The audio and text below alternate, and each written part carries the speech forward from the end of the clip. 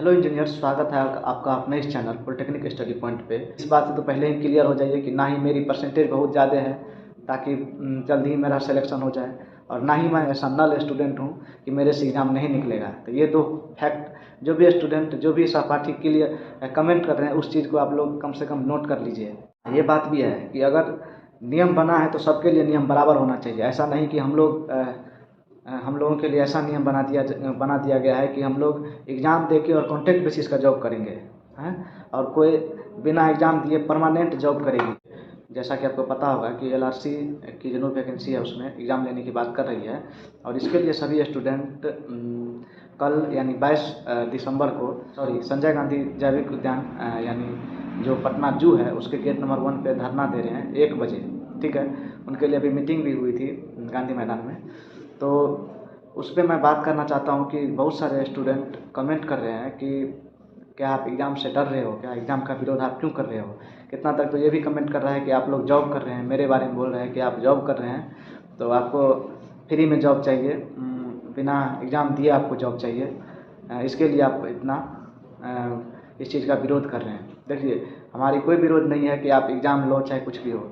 ऐसा नहीं है कि आप जो सोच रहे हैं कि मैं जॉब कर रहा हूँ तो मेरे में मेरिट नहीं है कि मैं एग्ज़ाम नहीं निकाल सकता हूँ।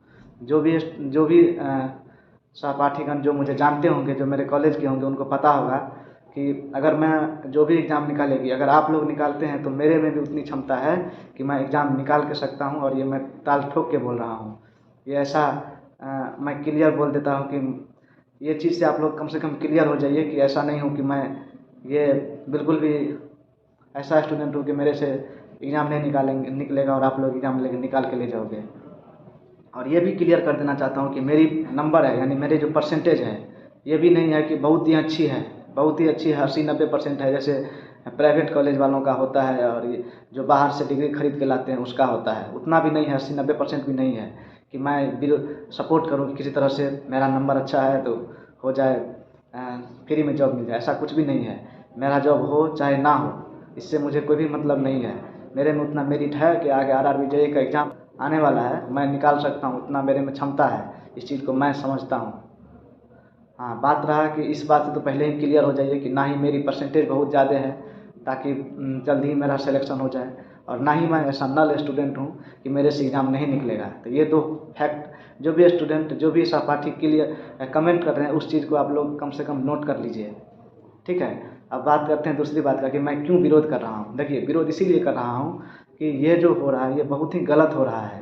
आप सबको बता दूँ कि ये जो कॉन्ट्रैक्ट बेसिस की जॉब है, जो ओनली 1 साल के लिए कॉन्ट्रैक्ट पे किया गया है, और उनको जब एग्ज़ाम दे के हम लोग ज्वाइन करेंगे तो पिछले साल जो 2019 में एलआरसी का जो ज्वाइन करवाया गया वो लोग, और जो बीटीएससी का जो बिना एग्ज़ाम का परमानेंट जॉब करने की जो ख्वाब देख रहे हैं वो लोग, क्या उन लोगों के लिए क्या अलग से नियम बना हुआ है क्या? ऐसा नहीं होना चाहिए।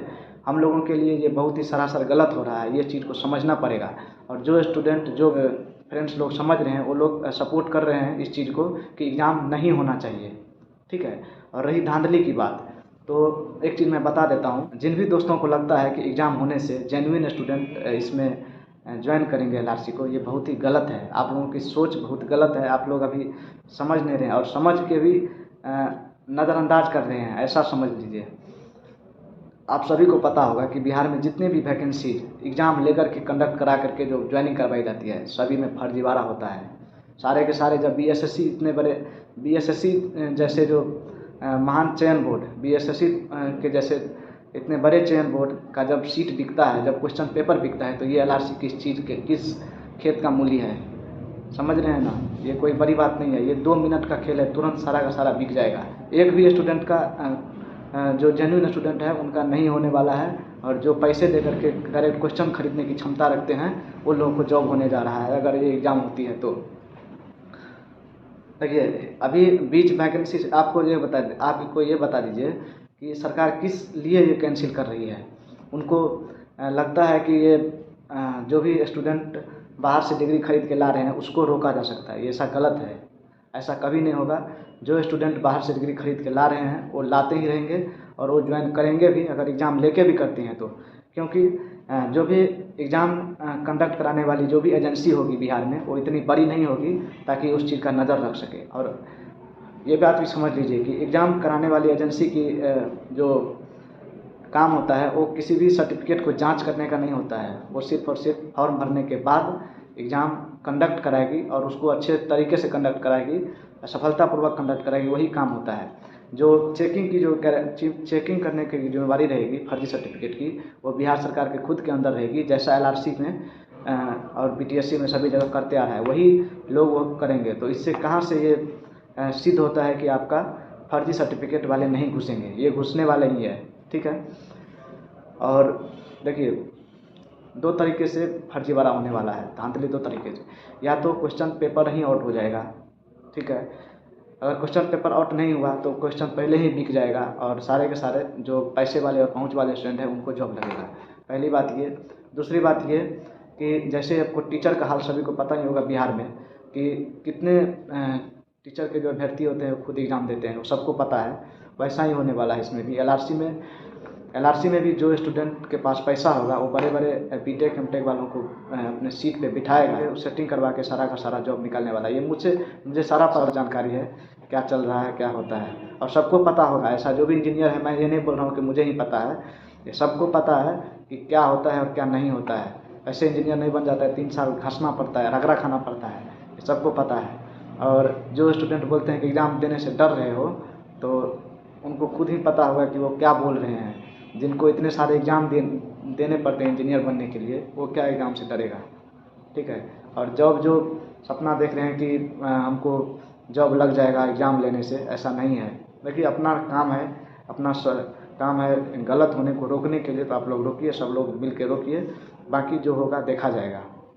हाँ, ये बात भी है कि अगर नियम बना है तो सबके लिए नियम बराबर होना चाहिए। ऐसा नहीं कि हम लोगों के लिए ऐसा नियम बना दिया गया है कि हम लोग एग्ज़ाम दे के और कॉन्ट्रैक्ट बेसिस का जॉब करेंगे, हैं, और कोई बिना एग्ज़ाम दिए परमानेंट जॉब करेगी। समझने वाली बात है। तो अगर होगा तो सबके लिए बराबर हो, नहीं होगा तो किसी के लिए नहीं होना चाहिए। सरकार की गलती है ये, इनके लिए अभी से मान नहीं लेना चाहिए कि हम लोग गलत थे। सरकार गलत कर रही है इसमें, आप सभी को पता है, और इस चीज़ को सपोर्ट कीजिए सारे स्टूडेंट मिल करके और इसको रोकने की कोशिश कीजिए। तो मैं तो अभी ऑफलाइन जा कर के सपोर्ट नहीं कर सकता हूँ, योगदान नहीं दे सकता हूँ, लेकिन हाँ, आप सभी को मैं, जो स्टूडेंट जुड़े नहीं हैं, मैं उनको अपने थ्रू जोड़ सकता हूँ LRC टीम से। तो चलिए, मैं यही कहना चाहता हूँ। और कुछ कमेंट है जो मैं आपको दिखाना चाहता हूँ कि ये कमेंट के चंदन कुमार कमेंट किए थे कि हम लोग एग्ज़ाम देने के लिए तैयार है, परमानेंट करना चाहिए। इनका कमेंट बहुत ही पॉजिटिव है, बहुत ही अच्छा कमेंट है कि हम लोग एग्ज़ाम देने के लिए तैयार है। एग्ज़ाम देने से कौन डरता है? कोई नहीं डरने वाला है एग्ज़ाम देने से। एग्ज़ाम दे कर के ही सारे एंट्रांस में एग्ज़ाम देना हुआ, सेमेस्टर में एग्ज़ाम देना हुआ, सारे एग्ज़ाम दे कर के ही पॉलिटेक्निक से इंजीनियर बनता है। तो एग्ज़ाम देने से डरने वाली क्या बात है? होना या ना होना दूर की बात है। और परमानेंट करो, उसके बाद एग्ज़ाम देते हैं, ये सही बात कहा है। और ये एक आदमी बोले हैं कि जिनमें मेरिट होगा वही एग्ज़ाम निकालेगा और तुम लोग को फ्री में चाहिए। हमको ऐसा बोला गया कि जिनमें मेरिट होगा वही एग्ज़ाम निकालेगा। ऐसा कुछ भी नहीं है, मेरिट और ये ऐसा कुछ भी नहीं होता है। जो एग्ज़ाम निकालने के लिए पढ़ता है अच्छे से उसको निकलता ही है। और ये बात कुछ बात ही नहीं है। तो चलिए, मैं क्या बताऊँ, अभी यही सब था। आप लोग सपोर्ट कीजिए, ज़्यादा से ज़्यादा भीड़ पहुँचिए, करोड़ पहुँचिए, और LRC धरना को एकदम अच्छे शांतिपूर्वक से अपनी बात रखे सरकार से और विभाग से, ताकि पता चले कि क्या प्रॉब्लम चल रहा है स्टूडेंट के बीच में। इतनी बड़ी क्राइसिस को रोकने के लिए आप लोग खुद तैयार रहें। आप लोगों से ही ये पॉसिबल होने वाला है। चलिए, thank you for watching my video. Have a nice